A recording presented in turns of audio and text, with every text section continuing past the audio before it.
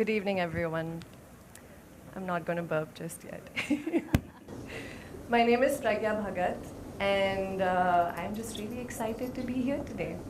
Today, I want to share a deeply personal journey with you all. It is a journey that intersects sound, silence, words, and rage. I'd like to begin by offering a trigger warning. I will be briefly speaking about self-harm. First things first, a little bit about myself. I'm a poet, an essayist, an author, and an educator. I practice yoga, I play the violin, I love to dance, I can burp on purpose. And whenever I visit my parents and I sit down for a meal with them, I always plug my ears with headphones. In fact, whenever I spend time with my parents, whether it's going for a walk or watching a movie or simply having a conversation, I am always listening to music. This is because I live with a condition called misophonia. The term misophonia literally translates to a hatred of sound. It is a neurobehavioral condition in which certain sounds trigger one's fight or flight response. The condition is relatively unknown. There is no cure. In fact, it wasn't until 2002 that the term first appeared in a peer-reviewed paper. And it wasn't until 2022 that a consensus definition was reached. I realized what misophonia was in 2016 when I Googled the following 3 words: sound irritates me. The results of this Google search led to 4 characteristics that matched my experience exactly. Number 1, it starts when you're young. For me, it started when I was 7 years old. Number 2, one of one's earliest triggers are people that you spend the most time with. So my earliest trigger was my father, sounds that he created, eventually followed by my mother. Number 3, children that remain undiagnosed often harm themselves because they're unable to deal with what those triggers do. They're unable to deal with the aggression upon being triggered. I used to cry, scream, pinch myself, bang my head against the wall, anything I could do to make those sounds stop. And number 4, off the list of triggers, the K sound was the most common one. I couldn't bear it when my father uttered the K sound, when he whispered, and when he released this long guttural sigh after a satisfying sip of tea. Upon reading more and diving deeper into misophonia research, I found an online community that shared my experiences. I joined a Facebook support group where we discussed bizarre ways in which we had coped with these triggers. Listening to metal music, singing to ourselves, locking ourselves into bedrooms, locking ourselves into bathrooms, screaming into pillows, breaking pencils, stuffing our ears with tissue paper, and wearing noise-canceling headphones just so we could share a meal with our loved ones. I realized through this Facebook group that I wasn't alone, and this understanding was profoundly comforting. Language is power. I do not suffer from misophonia, I live with misophonia. I am not crazy. My needs and boundaries are different from your needs and boundaries. Communicating those differences and normalizing that communication is key. And that's where the magic of writing comes in.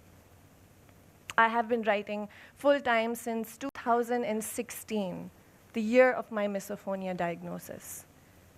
In 2018, I published my first book.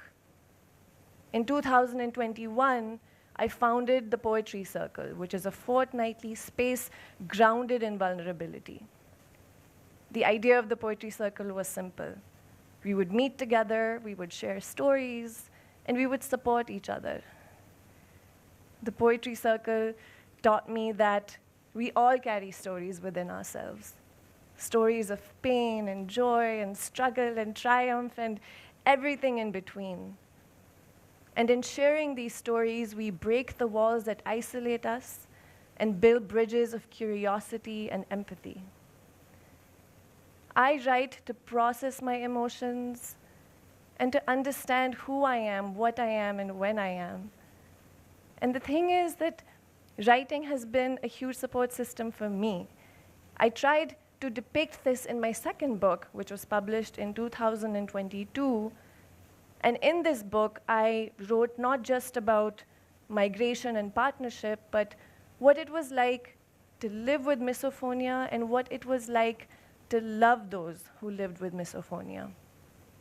At one of my book events, an audience member came up to me afterwards and said, "Finally, I realize I'm not alone. I think I have misophonia. Thank you for validating my experience." Her words made me see that in sharing my story, others too felt less alone. As human beings, we crave belonging. It is a fundamental need. And writing is a catalyst to that belonging. I strongly believe that women in particular need to share their words and by extension, their voices. We have generations of rage within us. And all our lives, we've been trained to suppress and to mask that rage. We've been told to be nice, be kind and generous and smile and tolerate pain and absorb suffering, and you are stronger than you think you are. Language is power. I do not want to be strong. I want to be human. I want to be accepted for all of me, especially the emotions that I'm denied. One of the worst things about misophonia is that it pushes me away from the people I care about the most. That makes me angry. Let me be angry. When my mother accepts that I need to walk away from a trigger and that I'll return when I'm calm again, that makes me hopeful. Let me be hopeful. Let me be all of me. What I need to do in order for that to happen is to write, and what you need to do is to listen. I'd like to conclude with a poem that I wrote about misophonia.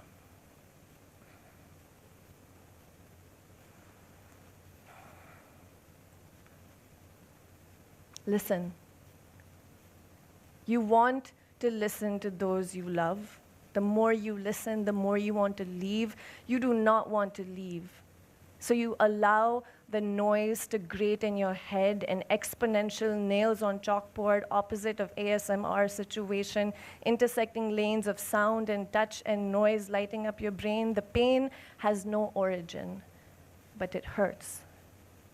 You know this for a fact. It hurts. Listen. You are 7 years old. Your father is booking a flight from San Francisco to Osaka.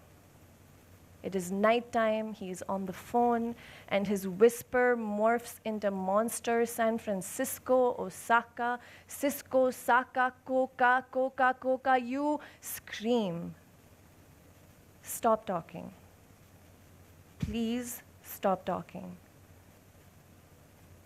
Your father believes you are sensitive.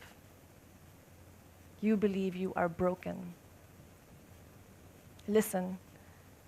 You learn to read lips while your hearing is intact. You dream of being deaf. How easy that would be. You write notes on slips of paper. During dinner, music is your armor, headphones are your shield. And today's Spotify playlist is called Howdy because you want to conjure the joy you do not feel. This is how you love. On some days, you sit alone, gulping guilt, wishing for an end to Papa's whisper, to Mummy's prayer. On most days, you don't want to talk about mental health like it's a medicine. Maybe the yoga helps, maybe nothing does. And in this story you didn't choose, you are both the hero and the villain. Every once in a while, you win. On most days, you don't. This is who you are now. Love her. Hold her. Tell her you're listening.